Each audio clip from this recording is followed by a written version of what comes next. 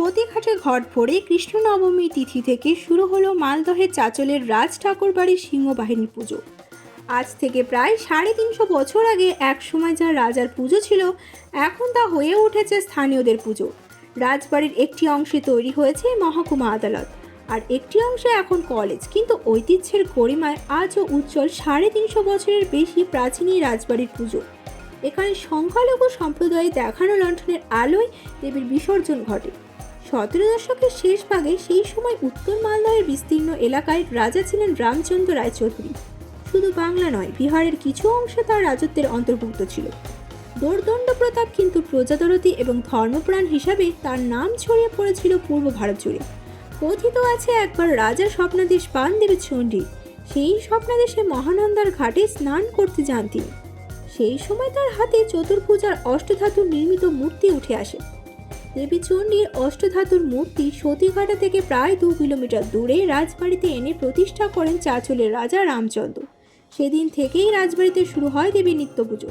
তবে প্রথমেই মহানন্দা নদীর পাড়ে মাটির ঘর ও খড়ের ছাউনি দিয়ে মন্দির তৈরি করে পুজো শুরু করা হয়েছিল। সময়ের সঙ্গে তা পরিবর্তন হয়েছে। পরবর্তীতে এই বংশের অন্যতম রাজা শরৎচন্দ্র রায়চৌধুরীর নির্দেশে তৎকালীন ম্যানেজার সতীরঞ্জন বন্দ্যোপাধ্যায়ের তত্ত্বাবধানে সেখানে পাকা দুর্গা দালান নির্মিত হয়। ততদিনে জায়গাটির নাম পরিবর্তন হয়ে পাহাড়পুর রয়েছে। প্রতি বছর এখানে রাজবাড়িতে দুর্গাপুজো অনুষ্ঠিত হয়। পাকা মন্দির নির্মাণের পর রাজা শরৎচন্দ্র দুর্গাপুজোর জন্য সেই সময় 7,000 টাকা বছরের বরাদ্দ করেন। প্রাচীন প্রথা মেনেই এখন সেখানে সপ্তমী তিথিতে রাজবাড়ি থেকে দুর্গা দালানে নিয়ে আসা হয় অষ্টধাতুর চতুর্ভুজা মা চণ্ডীকে। দশমীতে তিনি ফের রাজবাড়িতে ফিরে যান। 17 দিন ধরে চলে আসছে সেই পুজো। সময় বয়ে গিয়েছে প্রায় অনেকটাই। এখনও সেই রাজা নেই, রাজপাটও নেই। চাঁচল রাজবাড়িতে এখন স্থাপিত হয়েছে কলেজ, মহকুমা প্রশাসন ভবন, আদালত সহ একাধিক সরকারি দপ্তর। তবে রাজবাড়ির একাংশে থাকা ঠাকুরবাড়িও এখনও আগের মতোই রয়ে গিয়েছে। কথিত আছে একসময় সতীঘাটায় মহানন্দার পশ্চিম পাড়ে মহামারী দেখা গিয়েছিল। তখন দেবী সেখানকার মুসলিম সম্প্রদায়ের মানুষকে স্বপ্নাদেশে দিয়েছিলেন গোধূলি লগ্নে বিসর্জনের সময় তারা যেন মাকে আলো হাতে পথ দেখান। মাকে আলো দেখানোর পর থেকেই মহামারী দূর হয়। তখন থেকেই প্রতি বছর বিসর্জনের সময় সেখানকার অর্থাৎ মরা মহানন্দার নদীর ওপারে শাহরগাছি এলাকায় মুসলমান সম্প্রদায়ের মানুষ লণ্ঠন নিয়ে পথ দেখান মাকে। সেই রীতি এখনও প্রচলিত রয়েছে।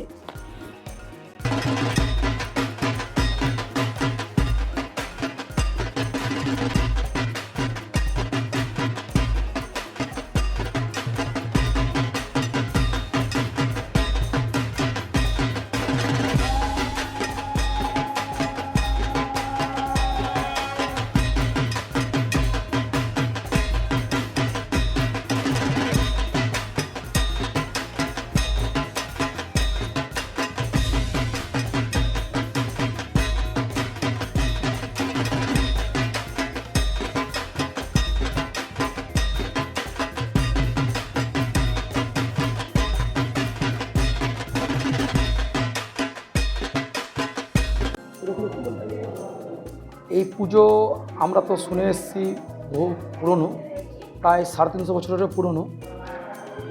রাজা এই পুজোটা শুরু করেছিলেন এবং রাজা মহাশয় এখানে পেয়েছিলেন মহানন্দা সতীঘাটায় মায়ের মূর্তি স্বপ্নাদেশে। সেই মাকে ওখান থেকে নিয়ে আসা হয় এবং নিয়ে এসে মায়ের এই মন্দির পরে তৈরি হয়। তার আগে পাশে এক জায়গায় মায়ের মন্দির করা হয়েছিল কুড়ে ঘর দিয়ে, সেখানেই পুজো পাঠ হতো। তারপরে ধীরে ধীরে এই মন্দির তৈরি হয় এবং এই মন্দিরেই পুজো শুরু হয়। এবং আজকে কি পুজো শুরু হলো? আজ থেকে শুরু আমাদের কৃষ্ণ নবমী থেকে। জিতা অষ্টমীর পরের দিন যে কৃষ্ণ নবমী তিথি শুরু হয়, সেই কৃষ্ণ নবমী তিথি থেকে একদম চলবে প্রত্যহ। এবং সকালবেলা পুজো, সন্ধ্যাবেলা সন্ধ্যা আরতি, এইভাবেই আপনার দশমী অবধি পুজো হবে। এই পুজোকে যে একটা আমার সম্প্রীতির সুরের কথা শুনেছি যে আপনার যারা মুসলিম সম্প্রদায় তারা নাকি লণ্ঠনে আলো দেখায়, কী বিষয়টা? এখানে সব জায়গায় তো দেখি আমরা যে মানুষ হয়তো বাজনা বাজিয়ে বা লাইট জ্বালিয়ে বিসর্জন করে, কিন্তু এটা বহু পুরনো, যেটা মানে মুসলিম সম্প্রদায়কে মা হয়তো আদেশ করেছিলেন যে এইভাবে তোমরা আমাকে বিসর্জন করবে যাতে আমি তোমাদেরও মঙ্গল করি। জগতের মঙ্গলময়ী মা, জগতের সবার মঙ্গলের কামনার্থে মা মুসলিম সম্প্রদায়কেও বলেছে যে তোমরা আমাদেরকে এই আলো দেখিয়ে আমাকে বিদায় দাও।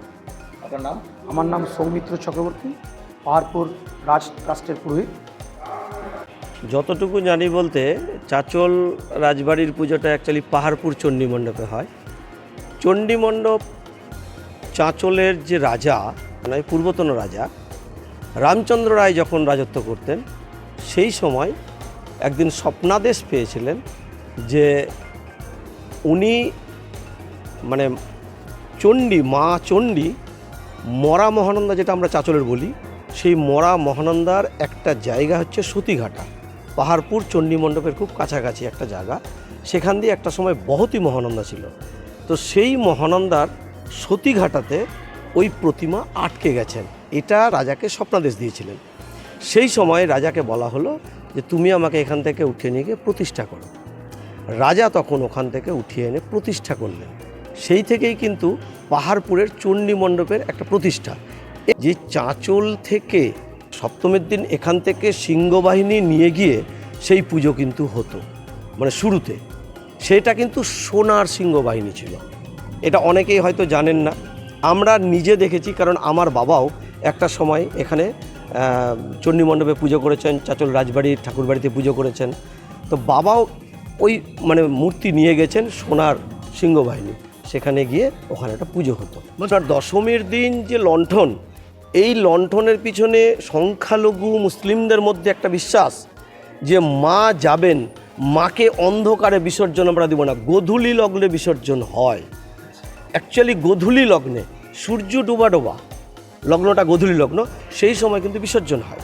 তো এই বিসর্জনের সময় সমস্ত কিছু থেকে রক্ষা করো মা, তুমি আমাদের সমস্ত বিপদ থেকে রক্ষা করো, এই রক্ষাকর্তা হিসাবে মাকে বেছে নিয়েছিলেন স্থানীয় সংখ্যালঘু মুসলিমরা। মহামারীর উক্তেই মানে সত্যি কথা বলতে এটা হয়েছিল, মানে দেবীর স্বপ্নাদেশ পেয়ে। দেবীর স্বপ্নাদেশ পেয়ে একটা সময় মানে ওই কুপি লণ্ঠন এগুলো বাতি জ্বালিয়ে মাকে বিদায় সম্ভাষণ জানাতেন। পরবর্তীতে এই লণ্ঠনটা, কেরোসিনের দাম এত মহার্ঘ হয়ে গেল, আস্তে আস্তে লণ্ঠনও মানুষের বাড়ির থেকে চলে গেল, ঘরে ঘরে বিদ্যুৎ, যার ফলে কী হয় এখন ইলেকট্রিক্যাল যে ব্যাপারগুলো, টর্চ বা ওই মোবাইল ফোন এগুলো বেরিয়েছে, এগুলো তো আছেই, কিন্তু পার্টিকুলার একদম প্রতি বছর এই দিনের জন্য লণ্ঠনকে পরিষ্কার করেন সংখ্যালঘু মুসলিমরা। সেইটাকে পরিষ্কার করে পার্টিকুলার দশমীর দিন মাকে এখনও ওনারা এই বিদায় সম্ভাষণটা জানান। আমার নাম সুরজিৎ চ্যাটার্জি।